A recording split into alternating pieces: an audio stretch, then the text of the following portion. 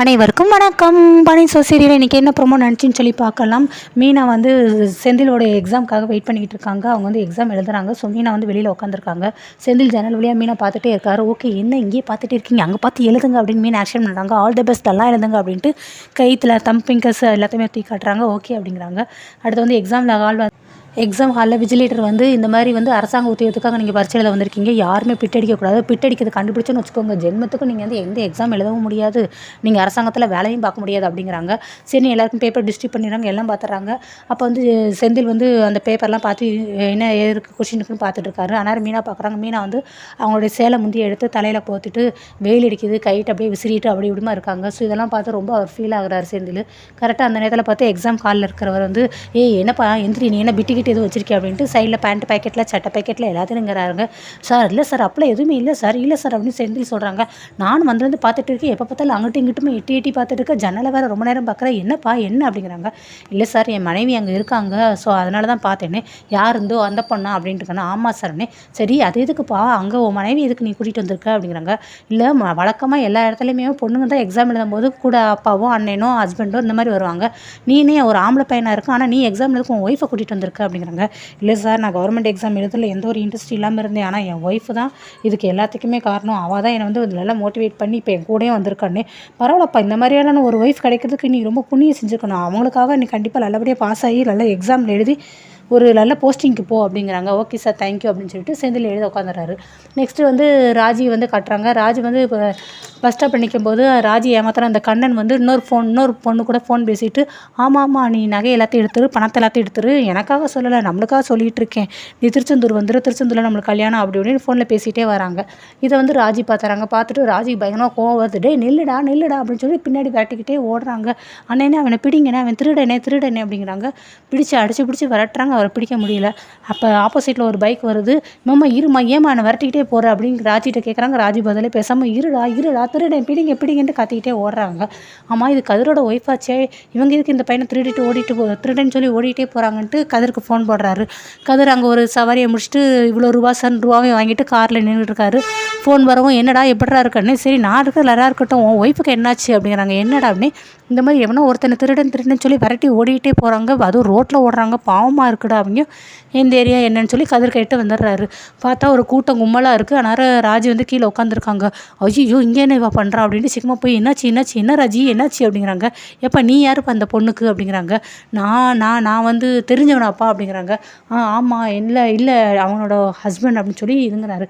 எப்போ உன் பொண்டாட்டியா இது, நடு ரோட்டில் இப்படி ஒருத்தனை விரட்டிட்டு ஓடிட்டு இருக்காளே, உயிருக்கு எதுவும் வந்துச்சுன்னா, உயிருக்கு எதுவும் ஆபத்து வந்துச்சுன்னா என்னப்பா செய்ய முடியும், உயிர் பணம் வருமா, காசு பணம் போனால் சரி ரைட்டு எப்படினாலும் சம்பாதிச்சிக்கலாம், திருடன் இப்படி ஓடிட்டு இருக்காளே இப்போ அந்த பிள்ளை அப்படிங்கிறாங்க. என்ன ராஜி என்னாச்சு அப்படிங்கிறாங்க. சரி வா, எந்திரி, கை கால் எதுவும் அடிபட்டுருச்சா, ஐயோ எந்திரி வா, வலிக்குதா அப்படின்னு சொல்லிட்டு கையை பிடிச்சி அவர் தூக்கி விட்றாரு. ராஜியும் கையை பிடிச்சி எந்திரிச்சிட்றாங்க. சரின்னு எல்லாருமே அவங்கவுங்க இடத்துக்கு, சரிப்பா எல்லாரும் அவங்கவுங்க கிளம்புங்கப்பா அப்படின்ட்டு எல்லாரும் சுற்றி இருக்கிறவங்க எல்லாருமே கிளம்பிடுறாங்க. அப்போ ராஜி வந்து கதிர் கையை பிடிச்சி பார்க்குறாங்க. 2 பேரும் கையை பார்த்துட்டு 2 பேரும் ஒன்று போல் கையை விட்டுறாங்க. என்ன ராஜி என்னாச்சு, ஏன் யாரை விரட்டிட்டு ஓடுனா என்னாச்சு அப்படிங்கிறாங்க. நான் அவனை பார்த்தேன், அவனையா யார் அப்படிங்கிறாங்க. கண்ணன் அப்படிங்கிறாங்க. கண்ணனா, எந்த கண்ணன் அப்படின்னு கதிர் யோசிக்கிறாரு. அதுக்கப்புறம் கதிருக்கு வந்து டக்குன்னு சைக்கோட் ஆயிடுது. திருச்செந்தூரில் வந்து ஒருத்தனை வந்து நம்பி போனது, நகையெல்லாம் கொண்டு போய் அவன் வந்து ஏமாற்றி கொண்டு போனது எல்லாமே யோசித்து சொல்லிடுறாங்க. அவனை இப்போ பார்த்தா அப்படிங்கிறாங்க. ஆமாம், நான் வந்து டியூஷன் எடுக்கிறதுக்காக பஸ் ஸ்டாப்புக்கு போனேன்னா அங்கே என் ஃப்ரெண்ட்ஸ் கூட பார்த்து பேசிகிட்டு இருந்தேன், அப்போ இவன் வந்தான், இவனை பார்த்தேன், எனக்கு அன்னார் அவன் மேலே இருந்த கோவத்தோடு இன்னும் அதிகமான கோவம் வந்துச்சு, அதனால அவனை பிடிக்க விரட்டி ஓடுனேன், ஆனால் அவனை பிடிக்கவே முடியல, எனக்காக ஒரே ஒரு ஹெல்ப் பண்ணுறியா, அவனை எப்படியா தேடி கண்டுபிடிக்க, இந்த சரௌண்டிங்கில் தான் எங்கேயாவது இருப்பேன் அப்படின்னு சொல்கிறாங்க. சரின்னு காரில் தேடி பார்க்குறாங்க, எங்கேயுமே ஆள் கிடைக்கவே இல்லை, அவனா எங்கேயும் இருக்க மாட்டான், கண்டிப்பாக எஸ்கேப் ஆயிருப்பான் அப்படிங்கிறாங்க. ஐயோ, அந்த நகை எப்படியாவது நான் மீட்டு வரணுன்னே, ஏன் இப்போ நீ அதெல்லாம் பற்றி யோசிச்சுட்டு இருக்க அப்படிங்கிறாங்க. கொஞ்சம் ரிலாக்ஸ் ஆகிற, கூல் ரொம்ப டென்ஷன் ஆகாத அப்படின்னு சொல்லி கதிர் ரொம்ப ஆறுதலாக சொல்கிறாரு. நெக்ஸ்ட் வந்து எனக்காக ஒரு உதவி செய்றியா, நான் போய் போலீஸ் ஸ்டேஷனில் போய் கம்ப்ளைண்ட் கொடுக்கணும், கூட வர்றியா அப்படிங்கிறாங்க. போலீஸ் ஸ்டேஷனுக்கு? ஐயோ எதுக்கு அப்படிங்கிறாங்க. ஐயோ ஆமாம்ல, நான் என்னோட இது வந்து என் பிரச்சனை, அது வந்து ஏன் நகை, நான் தான் காரணமாக இருந்தேன் காணா போகிறதுக்கு, அதனால் நான் தான் அந்த பிரச்சனையை பார்க்கணும். சரி நானே போய் பார்த்துக்கிறேன், நானே போய் போலீஸ் ஸ்டேஷன் கம்ப்ளைண்ட் கொடுக்குறேன், சாரி அப்படிங்கிறாங்க. ஐயோ, உன் கூட வர்றதில் ஒன்றுமே இல்லை ராஜி, நீ இவ்வளோ டென்ஷன் ஆகிற, இப்போ போலீஸ் ஸ்டேஷனில் போனால் அவங்க நிறைய கேள்வி கேட்பாங்க, எதனால் காணா போச்சு, ஏன் காணா போச்சுன்னு ஏகப்பட்ட கேள்வி வரும், அப்புறம் வீட்டில் வேறு நிறைய விஷயங்கள் நம்ம சொல்ல வேண்டியது இருக்கும், அதுக்காக தான் நான் யோசிக்கிறேன் அப்படிங்கிறாங்க. அதில் இல்லை, எதுனாலும் சரி, எப்படி அதெல்லாம் பற்றி யோசிக்க எனக்கு நேரமே இல்லை, எப்படியாவது அவனை கண்டுபிடிக்கணும், அவங்ககிட்ட வந்து நகையை மீட்கணும் அப்படிங்கிறாங்க. சரி டென்ஷன் ஆகாத, வா நான் வர்றேன் அப்படின்ட்டு போலீஸ் ஸ்டேஷன் போகிறாங்க, கம்ப்ளைண்ட் கொடுக்குறதுக்கு போகிறாங்க. என்னம்மா அந்த திருடன் கேஸா, என்ன கேஸு, என்ன ஏது அப்படின்னு ஒரு லேடி போலீஸ் வந்து கேட்குறாங்க. அவங்க எல்லா டீட்டெயிலும் சொல்கிறாங்க. நகையை திருடிட்டு போயிட்டான், எவ்வளோ பவுனு, என்னென்ன நகை, கம்மலா, வளையலா, தோடா, செயினா அப்படிங்கிறாங்க. கம்மல், வளையல், தோடு, செயின் எல்லாமே தான் அப்படின்னு.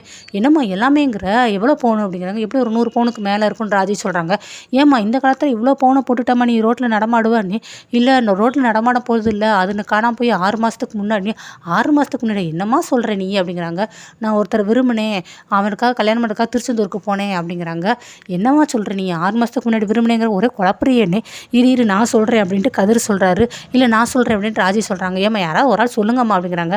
அவள் ஒரு குழப்பத்தில் ஒரு பதட்டத்தில் இருக்கா, நானே தெளிவாக சொல்கிறேன்ட்டு கதிர் சொல்கிறாங்க. அவள் ஒருத்தர் விரும்பினேன்னு சொன்னாலும் அது நான் தான் விரும்பினேன். எனக்கு அவளுக்கு கல்யாணம் பண்ணுறதுக்காக நான் திருச்செந்தூர் போனோம். ஸோ இவளை கூட்டிகிட்டு வர பொறுப்பை வந்து என் ஃப்ரெண்டு கிட்ட தான் விட்டுருந்தேன். ஆனால் என் ஃப்ரெண்டு வந்து இவங்க வீட்டில் வந்து கல்யாணம் அரேஞ்ச் பண்ணியிருந்தாங்க. அந்த கல்யாணத்தில் வந்து பவுன் இவளுக்கே தெரியாமல் நகை எல்லாத்தையும் திருடிட்டு வந்திருக்கான். ஸோ 6 மாதம் ஆச்சு அந்த நகை திருடு போய். நாங்கள் இப்போ தான் இவனை தச்சயமாக பார்த்தோம், அதனால தான் நாங்கள் கம்ப்ளைண்ட் கொடுக்கறதுக்காக வந்திருக்கோம் அப்படின்னு எல்லா டீட்டெயிலும் சொல்கிறாங்க. உங்கள் வீடு எங்கே இருக்குது அப்படின்னா கோயில் பக்கத்தில். அப்போ நீ யாரோட பையன் அப்படிங்கிறாங்க. இந்த மாதிரி ராஜி சொல்கிறாங்க, பாண்டியன் பையன் அப்படின்னு. ஓ அவங்க பையனா, அப்போ நீ வந்து அந்த எதிர்த்த வீட்டில் இருக்காங்களே அவங்க மாமா பொண்ணா, நீங்கள் 2 பேரும் கல்யாணம் தான் பிரச்சனையாச்சு அப்படி இப்படின்னு சொல்லி எல்லாத்தையும் பேசி எழுதி வாங்கிடுறாங்க. சரி ஸ்டேஷன் விட்டு இவங்க 2 பேரும் வெளியில் வந்துடுறாங்க. ஆமாம் இன்னும் எங்கள் அப்பா பேர், எங்கள் அப்பா அட்ரஸ், எங்கள் அப்பா ஃபோன் நம்பர் எல்லாத்தையும் நீ எழுதி கொடுத்துருக்கு வந்திருக்கக்கூடாது அப்படின்ட்டு கதிர் கோவமாக சொல்கிறாரு. இல்லை பதட்டத்தில் என்ன சொல்லணும்னு தெரியாமல் நானாட்டி எல்லாத்தையும் உளறிட்டேன் அப்படின்னு. அது சரி, இன்னும் வீட்டில் வேறு கேள்வி மேலே கேள்வி கேட்பாங்க, அப்போயே தயவு செஞ்சு வாயை மூடிட்டு நான் எல்லாத்தையும் சமாளிச்சுக்கிறேன் சரியா அப்படிங்கிறாங்க. என்ன பண்ணுறது அப்படின்னு யோசிச்சுட்டே இருக்காங்க ராஜி வந்து.